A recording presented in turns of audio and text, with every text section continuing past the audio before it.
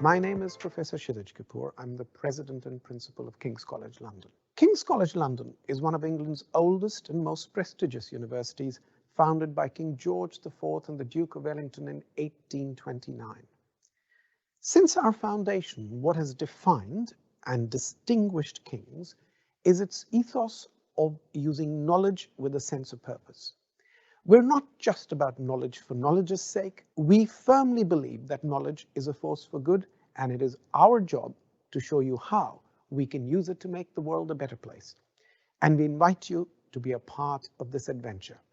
At King's, we strive for every student to achieve their potential, enabled by world-class, research-enhanced teaching. We support our students in becoming rounded critical thinkers with the character and wisdom to make a difference in the world around them. Our ethos is of knowledge with a purpose, and that means that learning at King's is not just about lectures and exams, but it's about engaging with the larger world around you. Our task is not just to give you a degree. Our job is to help you find your purpose and your passion, to help you form friendships that will last a lifetime, and to help you explore the world beyond the classroom. Whether that's getting involved in student societies, whether it's carrying out research in the labs or in field work, whether it's starting your own entrepreneurial journey through our Entrepreneurship Institute, whether it's volunteering with local charities or community groups, or discovering your leadership potential through our Civic Leadership Academy. Thousands of students, just like you, have come to King's and found their future, from reformers like the late Archbishop Desmond Tutu to distinguished scientists like Professor Dame Nancy Rothwell, from poets like John Keats to Olympians like Dina Asher Smith. And just this year, Hamza Talozule, who graduates from an MSc in Global Affairs, was selected as the Right Worshipful Lord Mayor of Westminster. He was elected to Westminster City Council 4 years ago, becoming its youngest ever member, and he is now the youngest Lord Mayor of Westminster and the first Muslim mayor of Westminster City. I hope that you too will follow their paths. Our community of communities at King's is proudly international and cosmopolitan, with nearly 40% of our students and academic staff coming from all different parts of the world. Like London itself, King's is a global melting pot of minds and talent. Thank you, and enjoy your time exploring King's.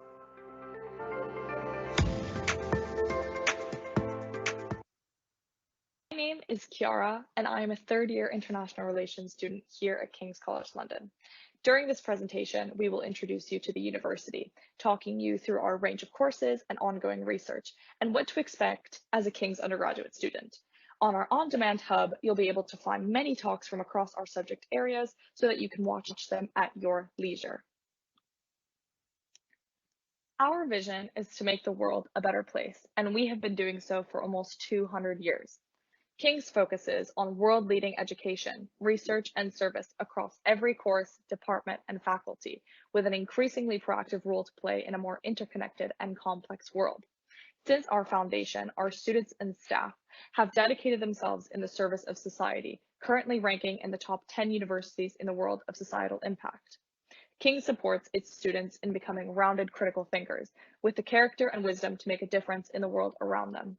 Through the highest quality of disciplinary research and interdisciplinary collaborations, our students and staff develop insights and solutions to tackle the many and diverse challenges faced around the globe. King's comprises a large and diverse community of over 43,000 students. We have over 23,000 undergraduate students and over 20,000 postgraduate students. Proudly international and cosmopolitan, over 18,000 of our students and 40% of academic staff come from overseas. Like London itself, King's is a global melting pot of minds and talent. So let's take a look at where you will be based. As you can see, we are at the very heart of what is the #1 student city in the world, voted 3 times in a row now. Starting with numbers 1 and 2, Strand and Bush House are on the north side of Waterloo Bridge. This is home to our humanities and science courses, encompassing physics, business, religion, and many more. The Strand campus is also home to our King's Language Center, where you can learn a language alongside your studies. Our second major campus over at 16 and 18 is our Guy's campus, quite literally in the shadow of the Shard over at London Bridge. This is where our health students, such as our future nurses and doctors, are based for their classes. St. Thomas's campus over at number 15 is home to our biomedical sciences, such as dentistry, and is within walking distance to South Bank. Not too far is our Waterloo campus over at number 10, which is also a short walk along the bridge from the Strand campus. We also have our own Denmark Hill campus, which is slightly further south and based in Camberwell, but for all of our psychology students is extremely easy to get to. We are a city university rather than a traditional campus university, but the close proximity of our campuses, convenient transportation, and the real sense of community are all evident at our campuses, which means you really get the best of both a city and campus university. You can explore our campuses in more detail by watching our range of campus tour videos online. These can all be found on the Undergraduate On Demand Hub. King's is the fourth oldest university in England, the largest European centre for graduate medical teaching and biomedical research, and home to the oldest nursing school in the world. King's is also a member of the Russell Group, a collection of 24 research-intensive UK institutions. As part of Collective Group, King's receives large amounts of funding to pioneer research and discoveries, which informs the most up-to-date case studies in our teachings. We have recently been ranked in the top 35 universities in the world, and number 7 in the UK by the Times Higher Education ranking of 2022. Amongst our alumni and staff, we include 13 Nobel laureates, heads of states and governments, 2 Oscar winners, 3 Grammy winners, 1 Emmy winner, and an Olympic athlete. If you're really lucky and become a household name after you graduate from King's, we might even name a building after you, just like our Virginia Woolf building on Strand. King's connects with people and organizations throughout London and across the globe, from government, business and industry to charity, sport, and culture. Studying at King's brings you many opportunities to benefit from these links on your chosen degree course, in the networks and contacts you make through special events and invited guests.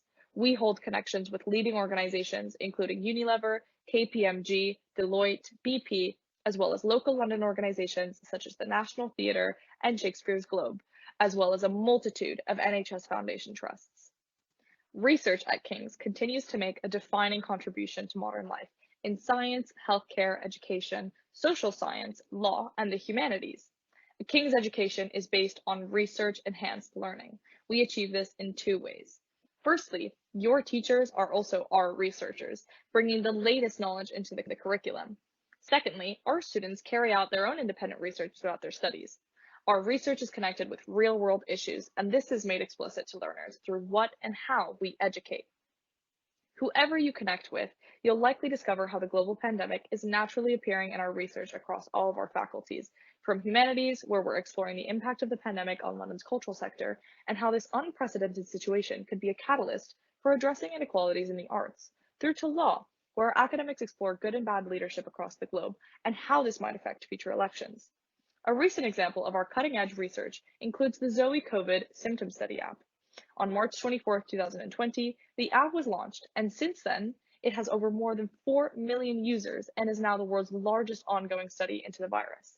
The study, led by Tim Spector, OBE, professor of genetic epidemiology here at King's, has shaped health policy and tracked disease hotspots for almost 2 years.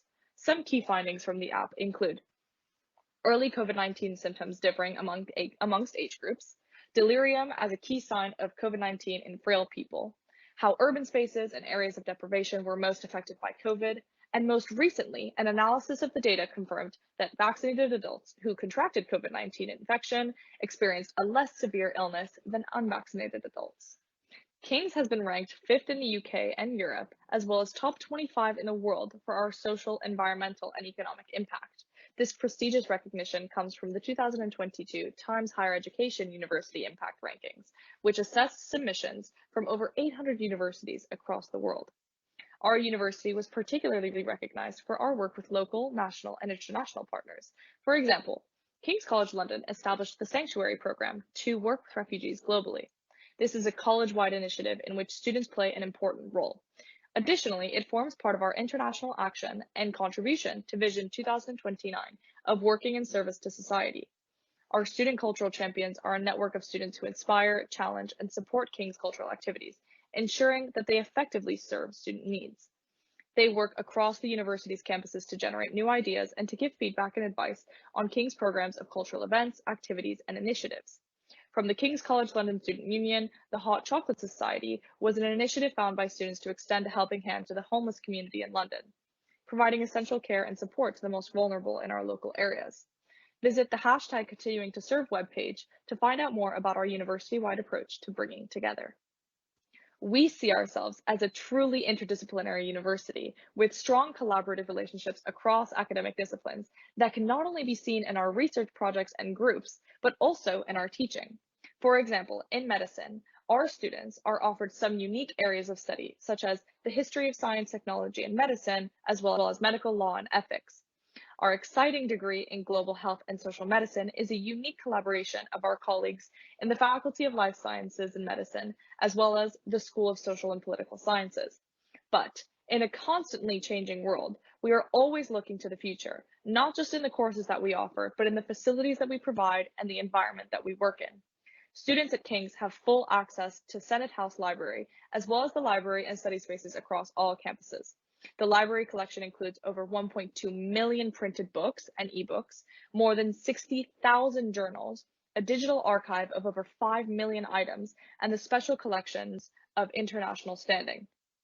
We operate 2 museums, the Gordon Museum of Pathology and Museum of Life Sciences, as well as the Science Gallery London, situated on our Guy's campus, where art and science collides. And many of our researchers, students, and staff have been involved in exhibitions there. Getting involved is something that we're very keen on at King's. Students benefit from being in the heart of one of the busiest and culturally significant cities in the world, with lectures being taking place at St. Paul's Cathedral, teaching in Shakespeare's Globe, and work placements in institutions such as the Walt Disney Company and Sony. As a student at King's, not only is London your classroom, but the world is too, with the ability to do placement years in another country, study years abroad, international field trips, and excursions with student union societies, all being possible, of course, depending on your chosen subject. Our partner universities are based all over the world, from Hong Kong University to the University of California, from Korea University to Georgetown University. At King's, students are likely to have a mix of large group lectures, smaller group seminars, and tutorials. You will have direct contact with academic staff, and students are encouraged to actively participate in small group sessions and engage in discussions. King's integrates technology into learning, with lecture capture, MOOCs, and mobile technology all playing a part. King's global connections with other institutions opens up opportunities to study abroad for a semester in countries like and cities across the world. More of our degrees offer a year in industry as part of a 4-year program. These include chemistry and psychology. Career mapping is also integral to the student experience here at King's. We see your degree with us as a stepping stone towards your career ambitions and provide opportunities throughout your studies to start thinking about your career and networks at events with prospective employers. Now we're going to look at some of the programs that we offer here at King's and see what some of our students have gone on to do after they've graduated. First up, with our STEM subjects, we have courses like engineering, chemistry, physics, math, computing, and biochemistry. Looking at what some of our students have gone on to do, we have engineers coming out of our ears, as well as scientists and researchers, but also we have students going into capital modeling, risk analysis, and food scientists. Over in our health subjects, we have courses within medicine, dentistry, nutrition, physiotherapy, sports science, and medical sciences, as well as psychology. A lot of our students go on to become doctors, nurses, and midwives, as well as medical writers, advisors, and dietitians. Next up, we have our politics and social sciences programs, which include courses such as politics, philosophy, politics and economics, geography, social sciences, and global health and social medicine. Our students tend to go on to work as research ethics coordinators and political consultants, as well as within the political affairs industry. Next, we have our law, management, and business programs. The careers our students go into tend to be more linear, for example, accounting, journalism, and marketing. Lastly, we have our arts and humanities subjects, which include our broadest range of courses, and ultimately, careers that our students go into. These include courses like English, comparative literature, religion, politics and society, digital culture, and our modern languages programs. These sorts of jobs that our students go into here include publishing, events, heritage, threat discovery, and branding. This is just a snapshot of the 150 plus courses that we have here at King's. So I encourage you to attend as many subject talks as possible to learn more about the programs that might be of interest to you. If you choose King's, we want you to have a great time while you're here. You're automatically made a member of our student union when you enroll. KCLSU is run by students for students and is one of the oldest student unions in the country. KCLSU is where you will make friends through joining student groups and sports clubs such as football, dance, or the Coffee Appreciation Society, or even through meeting new people in our cafes and bars. Our events will help you make the most of London's nightlife, as well as find and enjoy London's many cultural attractions. King's will work with you to make the world a better place, be that by changing KCLSU, the university, or wider society. We are led by elected student officers who work to unite student communities with the relevant decision makers to ensure students' wants and needs are met and that all of our communities have a say. King's Sport delivers a range of opportunities for students to get involved in sport and physical activity, engaging with over 15,000 people across its various programs. We run social sports sessions through our Be Active program, all the way to supporting top performing athletes through our university sports scholarships. Our range of student services offer practical and professional advice and guidance to support you before, during, and after your time at King's. The services complement the support provided within your academic faculty, which is an important source of advice about your course and studies. We have facilities at all campuses, including our hubs desks, study, and social space. Student groups can also use our rooms and spaces for their events and activities. With so many talks available on our on-demand hub, you might be wondering where to start. Here are our top tips. First, learn more about the courses that you're interested in by exploring subject talks. These are delivered by your future tutors and current students, offering you insights into the range of undergraduate degrees here at King's. To support your application, we've prepared a collection of talks including how to write your personal statement, how to navigate UCAS, and sessions on choosing the right courses for you. Explore our range of residence options by clicking on the accommodation at King's Talk, or discover more about study abroad years with our global mobility team. Finally, continue the conversation by exploring our Unibuddy platform to chat with current students, staff, and academics with any questions that you may have forgotten. We are all here to help you and give you the best information you need about King's, so please don't leave any questions unanswered. Thank you very much and have a lovely time learning more about King's College London.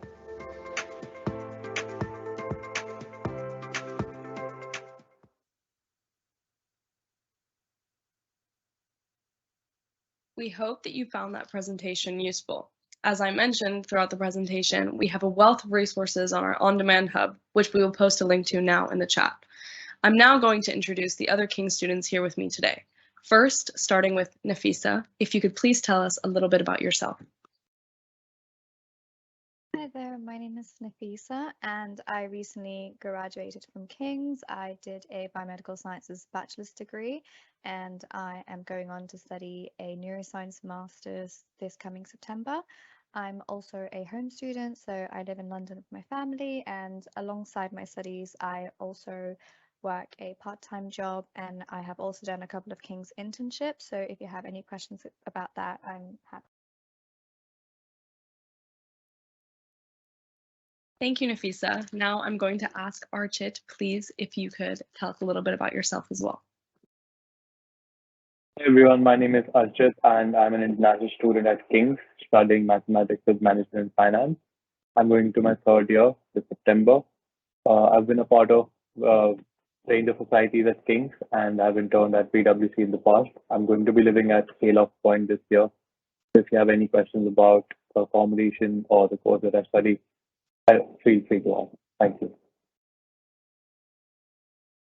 Thank you. And now, last but not least, please, if we could hear from Samriti. If I pronounced your name correctly, please let me know. Please tell us a little bit about yourself as well. Hello, everyone. My name is Samriti. I usually go by Sam because that's just easier. I'm a third-year psychology student. I'm just returning to full-time education after a year out where I undertook a placement year with the IOPPN. So if there's any questions about placements or how to go about that, I'd be really happy to answer them for you. I've been a part of multiple societies during my time at King's, the Dance Society, the India Soc. So yeah, I'd be happy to answer any questions that might arise. Thank you to all three of you for introducing yourselves. We're now going to commence the Q&A section of this live, and it looks like we have some questions rolling in already in the chat. In the meantime, as you've just heard from our ambassadors, I'm just going to go ahead and ask them a few questions of my own, starting with, let's see, Archit. What was a typical day for you as an undergraduate student at King's College London? A typical day usually includes a lecture, a tutorial, and some independent study. So I would go to the college on campus in the morning about 9 or 10 a.m. depending on when my lecture is. And my lectures were usually 1 hour each. After which there was some break, and I usually had a tutorial. Between the two tutorials and the classes, I used to do independent study, work on assignments. And after I was done with classes, I would meet my friends, work for lunch, and then return to my accommodation to continue my day. Sounds great. Thank you. Sam or Nafisa, did you guys have any differing schedules? Mine was pretty similar to Archit, I'd say. Mine was a little bit different because I think for psychology and for more health sciences, the lectures are a bit longer. So our lectures typically range from 2 to 2.5 hours, depending on the subject. And we don't have tutorials. We have seminars, which are essentially like a smaller group meeting with one of the graduate teaching assistants, discussing a research paper or some form of research literature, which is directly associated to the study that we undertook in the lecture. So just to kind of build on the practical knowledge that you would gain out of the theory that you studied in the lecture. And I've had days where I've had multiple lectures and multiple seminars. So that way I feel like my day could be really heavy at times. But then that would mean that I would have days where I would have no on-campus obligations as such, where I could undertake independent study as a whole. So I think, yeah, that did kind of vary a bit depending on the schedules and the modules that you took. Thank you. Just before I pass that on to Nafisa, there's a question in the chat about placement. I heard earlier you said you had just come back from one. If you wouldn't mind answering that question, please. Yeah, of course. So the sandwich course essentially works in a way where you do 2 years in the university, and in what would be your third year, you undertake a placement either with the university or outside, depending on the agreement that the university places. You would go about finding the job around when you would start your second year. So like September of your second year, you would start looking for opportunities, either ones that have been advertised by the Careers and Employability Services at King's, or you would use local job looking websites such as Indeed or LinkedIn and like find opportunities which say they're a placement opportunity because they've been designed in a way which can like take students from universities on board. You would find those, apply for them like you would for a normal job, and then go through the process. It is really competitive, but I feel like if you are diligent with your applying process and if you apply to loads of them, that automatically increases your odds of hearing back from a few. I feel like King's has been really supportive in a way that my course, especially psychology, advertises opportunities to the entire cohort, which are not advertised to other university students, which are specifically meant for King's, which is a great opportunity to get, obviously. And that's usually how you would go about them. You'd apply, and if you get accepted into a position that is not within King's or not one of the positions that was advertised by the university, your personal tutor would set up an agreement between yourself and the company, and they would visit you twice within the placement year to kind of make sure that you're doing well and that you're on track to achieve all the learning objectives that have been set out for the placement year. That's great. Thank you. I can see that there's also a question in the chat, which is about commuting into London. I know I commuted into London, but I know I heard Nafisa as well say that she was a home student. Nafisa, if you wouldn't mind telling us a little bit about your experience commuting. So yeah, I live in London with my family, which in some sense is convenient that I live in London and my university is in London, but you do have to commute. I do suggest this is also about trying to save money, so getting the 18+ discounted Oyster helps as well. and just that's one good way to save the money. And it's really nice to be able to commute as well, because it's a long journey and sometimes it's much more convenient for your friends that live in accommodations to walk like 5 minutes to university. But what I like to do during the journey is like pick up a book and read or get some work done. But it's a nice way to get to know London and just know all the stops. So it's a good way to familiarize yourself. But yeah, but I do recommend making sure to get all the discounted travel prices for students. I completely agree. I have the 18 plus Oyster card.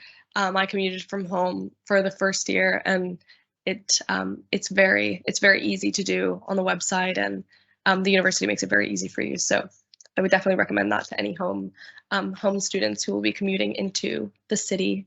There is a question about living in London, and I can see that someone's answered it, but I do think it's important for our students to talk a little bit about their own personal experience living in London, if it was easy to find a job, if you had a job on the side of uni.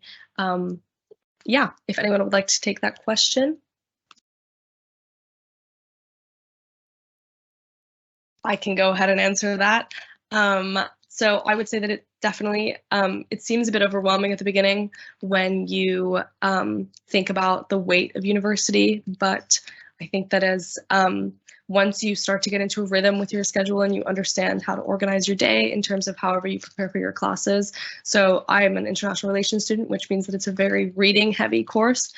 So as soon as I could organize that structure, which would really only take about a week because you start to get into the flow of things pretty quickly, then it was really not that hard. There's a lot of places around London. They're very aware that students want to work part-time, and they're usually very flexible. As well as within the university, there's a lot of opportunities that King's provides to its students in order for them to be able to make a London living wage, which is always wonderful when you're a student. So definitely, I wouldn't say it's difficult. I'd say it just demands a bit of commitment and, of course, organization, but you have to do that anyway. You're in university. So there was another question about the placement year, but I feel like that's been answered. If not, then I think Sam will go ahead and answer that in the chat as she's doing now. Let's see if there's any more questions. Does anyone want to answer if they know the difference between a lecture, seminar, or tutorial? Go ahead. If not, I will answer it. Okay, Nafisa, do you want to go ahead?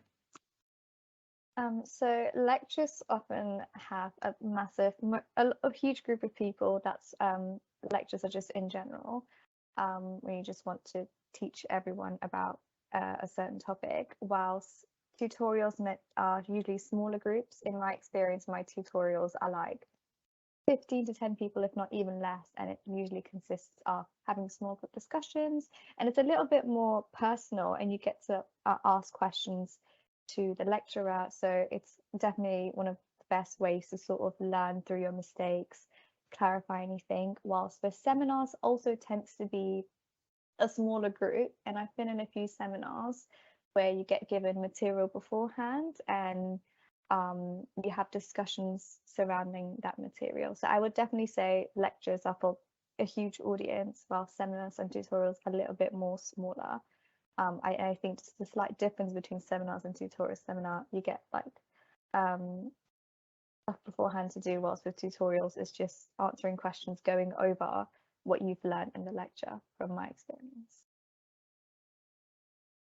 Kit, do you want to add anything to that, or did you feel that that was a pretty good definition of the three? I think that was a pretty good definition, and that's what I was also about to say. Okay, that's great. Thank you. I can see that there's a question about how long our classes normally last. I know that you kind of covered that a bit at the beginning, but that is definitely dependent on the course. But personally speaking, if anyone else wants to jump in, please feel free. But I had lectures which lasted between an hour and 2 hours. That's made very clear to you in your schedule. And then all of my seminars, and I think tutorials as well, lasted about an hour. So I have 4 modules throughout the year, and that meant that I had 8 contact hours. A contact hour is an hour that you are at the university doing some sort of tangible physical learning, either in a lecture, seminar, or a tutorial. So that's my course. But again, mine's a very reading heavy course. Usually some of the medical, more natural sciences courses definitely demand more hours. So if anyone wants to jump in, say how that was different for them. Yeah, I don't mind kind of sharing in this because I feel like that is somewhere my course, and I think a few of the health courses differ, is that I don't know if we have more contact hours, but there's definitely more opportunities to be in the same room as academics and trying to get to the bottom of what you're trying to learn that week. So apart from lectures and seminars is somewhere we would try to apply a theory that we've learned in the lecture, and we would also have practicals, which would be around 2 hours long, which would then be more of a practical application. So more insight and more in-depth study of what we've studied in the lecture, and that would happen almost for every different module that we're doing. So there would be weeks which would be very intensive in terms of contact hours. But then again, like you mentioned, it differs from module to module. I think first year was very heavy in this regard, and second and third year has reduced because obviously people choose different modules, and those different modules have different requirements. So once you kind of get your head around studying at university in general, I feel it's really easy to manage your hours, because once you have your timetable, you know which day is free and which day you can utilize for self-study versus being on campus and actually collaborating with others and speaking to academics, etc. That's great. Thank you. I can see that there's more questions rolling in, but our team is very fast in answering them. So in the meantime, I just wanted to ask all three of you, did you feel that you had enough time to socialize at King's? Maybe you can talk a little bit about any forms of socializing environments that King's provided for you.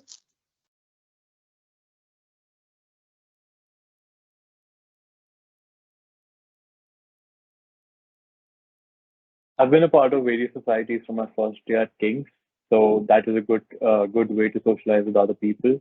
Apart from that, there are events and activities happening almost every day in London, where you can go and meet a lot of different people from not just the UK but all around the world. So I don't think socializing should be a problem when you're in London, because there are always so many opportunities. That's great. Thank you. Do Sam or Nafisa, do you guys want to say anything about socializing, societies, KCLSU, maybe sports teams you were part of? If not, then I'll jump in. I feel like in terms of socializing, like Archit mentioned, the societies play a huge role in kind of giving you that platform where you can meet with other students who share maybe similar interests as you. And this is where I would urge people to make full use of the Freshers' Fair that KCLSU organizes at the beginning of every year, because that gives you an opportunity to have a look at every society that exists, because there's so many of them that you don't really find out about all of them unless you actually make the effort to go to one of the fairs and see, because there's literally everything that you imagine would probably have some form of a society at King's, which is a great thing, because that means that there's always people that you can meet, people that you can share interests with and make plans around with, and every society is always organizing some incredible events, which obviously gives you a great opportunity to do. Apart from that, around London, there's always something to do, somewhere to go, people to meet. So once you kind of get the hang about how you would go around your studies, you do kind of tend to figure out what is the time that you can take out, and there's definitely a lot of time to do so. That's great. Thank you, Sam. Nafisa, do you have anything that you might want to add to that, if you were part of any societies or a sports team, anything with KCLSU, maybe our bars, our cafes? Okay, then I'll go ahead and say, I think that King's definitely provides a lot of spaces, as I mentioned throughout the presentation, amongst just like the KCLSU whole environment. Sam and Archit did a really good job at explaining how being part of societies and participating in the Freshers' Fair, making good use of that, is very valuable for a student. You have to keep in mind that everyone coming into the university is in the exact same position as you. Most people are in a new city and new environments, so definitely don't feel as nervous maybe. I mean, I know that sounds easy to say, but go out of your comfort zone and you know, I'm sure you'll always find someone to have something to connect to. But in terms of the KCLSU, they provide a lot of spaces for us. On every campus, there's cafes and there's a bar, respectively, which opens at the night, and they become very lively. They have really good student deals as well in terms of the prices of food and drinks. So they become very full, very bubbly environments for us students, and we definitely do enjoy them. I can speak for myself. Moving on, I'm just going to check the questions, but if anyone wants to answer, maybe how did you manage to live on a student budget in London? I definitely have some tips myself, but I'll open it up to my 3 fellow students first.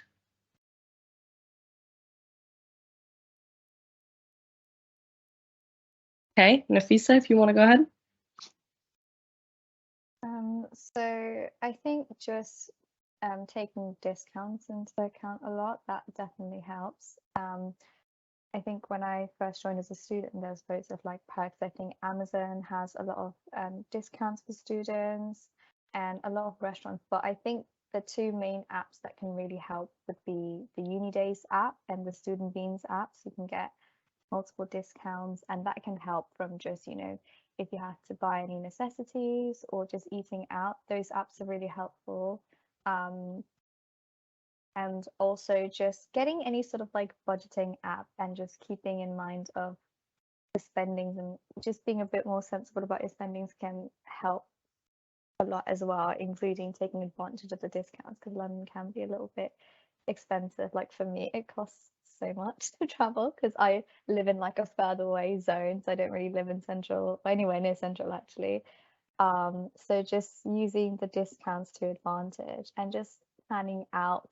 And it's really tempting to like go out all the time in London because there's so many things to do, but sometimes just being sensible, like, you know what, maybe today I went out yesterday, let me just stay in for today and save a bit of money, and then I'll go out again tomorrow.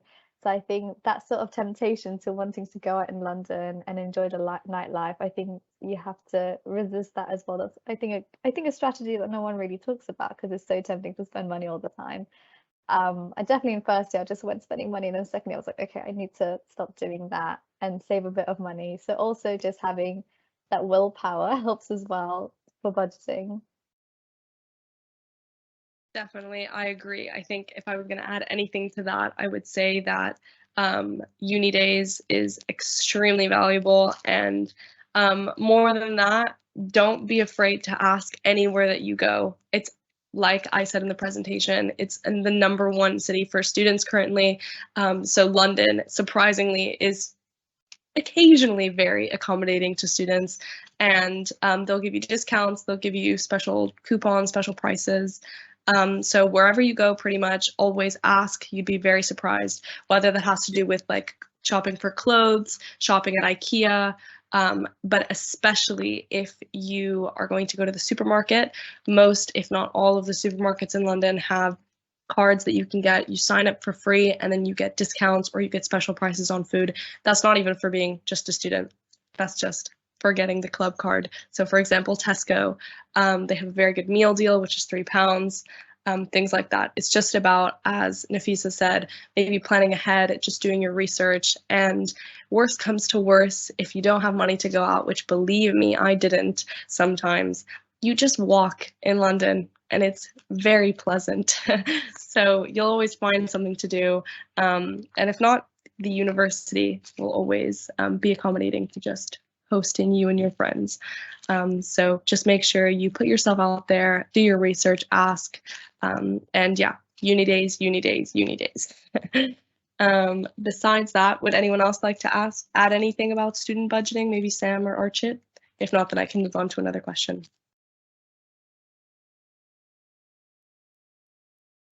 Archit, go ahead if you want to add something.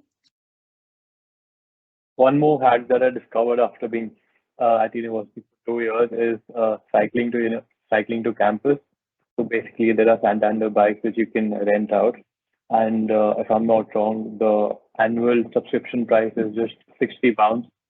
So if you buy the annual subscription price and you cycle to the campus, it's just going to cost you £60 for the whole year. So that is a really good hack to save on transportation costs in London. That's definitely a good point to make. I definitely agree. Cycling definitely changed my life as well. And walking everywhere, you know, if not, the bus is the cheapest transport in London, if I'm not mistaken. And the buses take you everywhere. So if you plan correctly your journey, you'll be able to travel from one side to the other on a very, very low price, let's say. I'm not sure exactly how much time we have for questions. But let's see if maybe we can just do one more. I can see that Nafisa's going ahead and typing away at a question about the overall schedule of the university, but if anyone maybe wants to cover that in the live, as in like what does the whole schedule for the year look like, the academic schedule, when summer usually starts, things like that. Never mind, I think she's got it. I think she's gonna go ahead. In the I can meantime, answer it now, or do you? there you go. Go ahead. So it's very variable, but typically what happens is obviously in September that you begin, and then you tend to have a reading week around October, but it is dependent on your course. So if you take medicine, unfortunately, you don't get a reading week then. And then we have our Christmas and New Year's break from December, somewhere around December to January. And then some people tend to have mocks in January, but once again, it depends on the modules that you pick. And then we go back in January for your second term, your second semester. And then in February, you tend to have a reading week. Once again, it's variable depending on your course. Personally, for me, I ended up finishing towards the end of March, and then I have time to revise for my exams. And then exams tends to be May, early June-ish. And then personally for me, by the time it's end of May or early June, I'm done with all my exams and I finally get to enjoy summer. I feel like that's definitely a good way of describing the academic schedule. So thank you, Nafisa. But also, if I'm not mistaken, I definitely know this is true because I did it very recently. But if you just type in to the internet King's academic schedule, you will see to the exact dates of each academic year. So the 2022 to 2023 year is about to start, or technically has commenced, and you'll be able to find that online as well. So I think last but not least, I just wanted to answer the question about the weather, and then I'm going to conclude this Q&A session. If anyone wants to answer how the weather in London is, I think it's pretty straightforward. I can see my fellow ambassadors shaking their heads. Unpredictable. It was sunny 3 days ago and it's been pouring for the last 3. So you should always have an umbrella, you should always have sunscreen in your bag. There's nothing else that you can do apart from being prepared. I think that's a very good way of ending the session. I think it's unfortunate, but London as the city makes up for it. We love London, but the weather is often difficult. So definitely bring an umbrella. That's not a joke. And be prepared for the craziest, most bipolar weather you've probably ever seen. So I think that's it for today. I wanted to thank everyone for joining.